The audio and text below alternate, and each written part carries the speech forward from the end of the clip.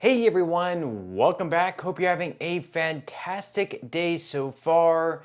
So Trump's big, beautiful bill just passed in the House of Representatives and it improves Social Security benefits by right around $500 on average. However, it is still missing one of Trump's key campaign promises.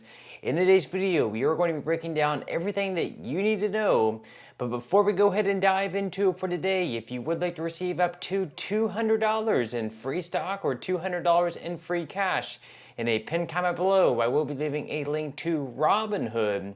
All you have to do is once you click on that link is just sign up for a free account and then simply link your bank account. You do not even have to make an opening deposit. At that point in time, Robinhood will be sending you one free stock worth all the way up to $200. And if you'd rather just have the cash, all you have to do is once you receive the free stock is just sell it for what it's worth and then transfer the cash value right back to your bank account. Okay, so diving right into for today. So recently, Trump's big, beautiful bill, a bill that's well over 1,000 pages long, just passed through the House of Representatives and now is in the Senate, where they do want to make a few changes. So whenever they make those changes, it is likely to pass because they will only need 50 votes instead of the 60 that they would normally need. And considering that Republicans do have the majority there, 53 seats to Democrats, 47 seats, they are likely to get something passed. However, there is some hang up within Republicans.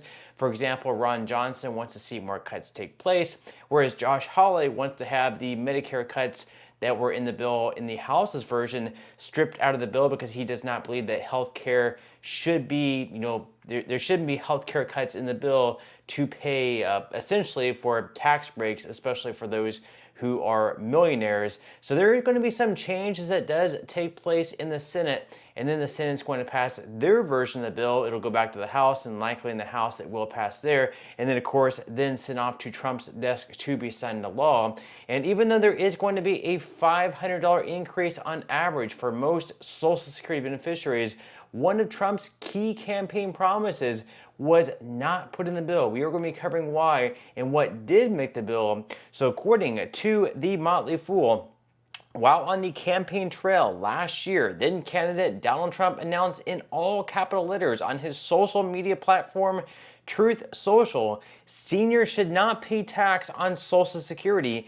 Now, President Trump doubled down on this claim in a fairly recent town hall event, proclaiming, in the coming weeks and months, we will pass the largest tax cuts in American history, and that will include no tax on tips, no tax on Social Security, and no tax on overtime. It's called the One Big Beautiful Bill. But there's just one problem with Trump's One Big Beautiful Bill. It completely breaks his Social Security promise. So of course, even though in the bill they do have no tax on overtime as well as no tax on tips, that was the bill's version in the House that passed through there and is now in the Senate and is likely to be still included in the Senate's version of that bill. They did not, unfortunately, include the no tax on Social Security. We are going to be covering why in just a moment.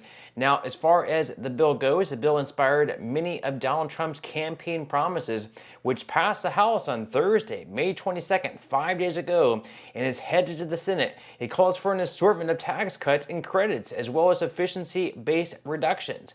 While this is far from a complete list of everything on the One Big Beautiful Bill aims to accomplish, the greater than 1,000-page bill would do the following. So first off, it would permanently extend the personal tax cuts passed in the Tax Cuts and Jobs Act in 2017. And while the peak marginal corporate income tax rate reduction from 35% to 21% is permanent, the personal tax cuts are currently on track to sunset by December 31st, 2025.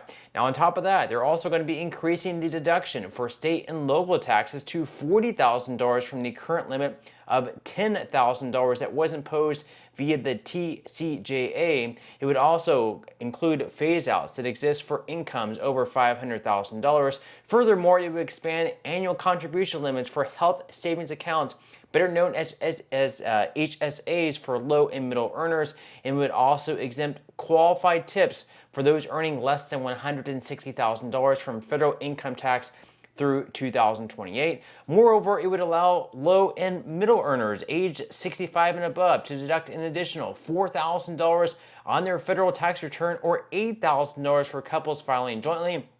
It would also eliminate subsidies on federal student loans.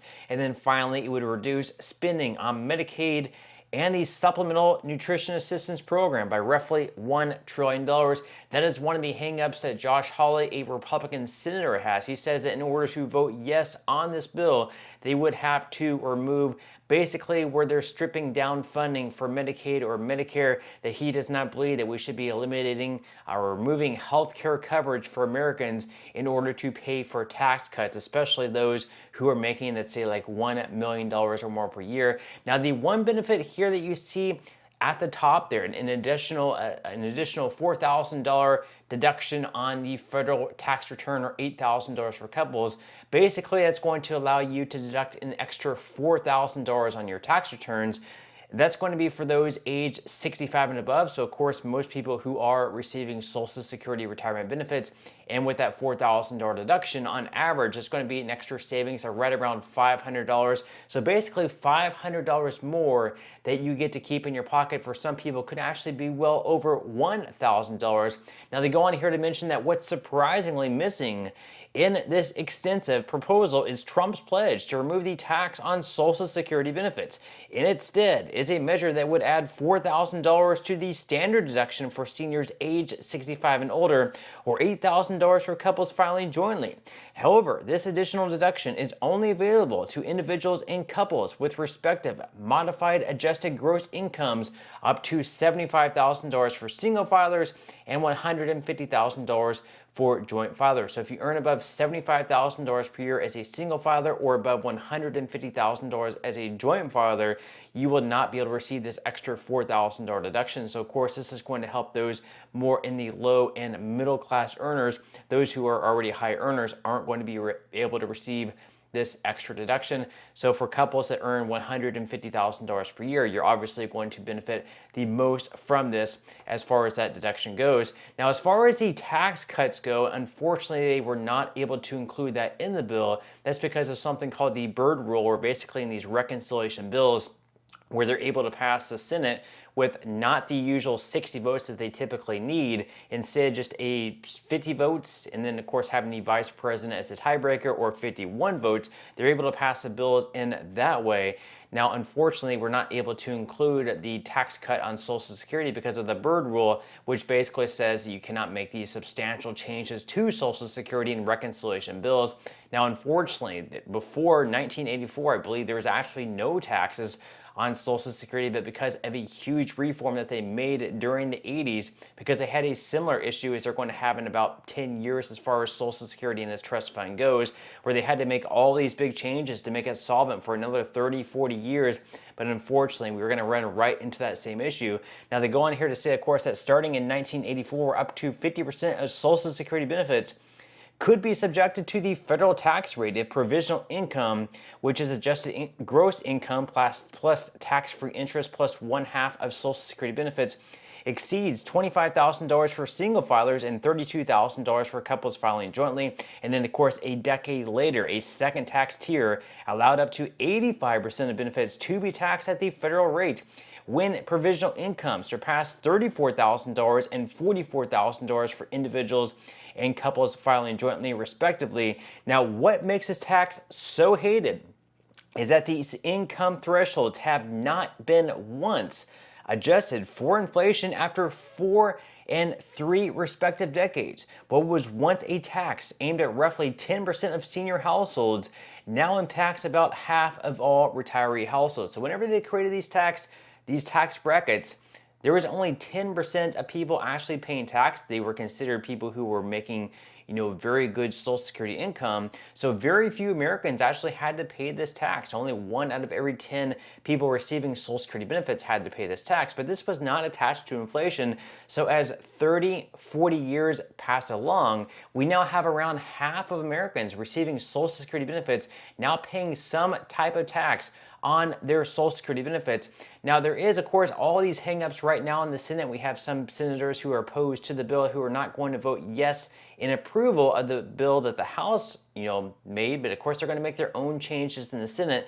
So, for example, according to NBC News, Senator Ron Johnson, a Republican in Wisconsin, said he thinks there are enough Republicans to stop the process in order to prioritize stronger reductions in spending and the national deficit. So the Wisconsin Republican has criticized the bill's impact on the deficit, characterizing outsized spending as mortgaging our children's future. The nonpartisan Congressional Budget Office has estimated that the bill would add $2.3 trillion to the federal deficit over 10 years. So Johnson and other fiscal hawk Republicans in the Senate are opposed to all of the spending that this bill includes, and the fact that we're going to be going into more and more debt, something that Republicans promised they would get themselves out of. But we'll have to see what changes they do make in the Senate. But with that said, that's all we have for today's video. I certainly hope you enjoyed and found value out of it, and I will see you in the next one.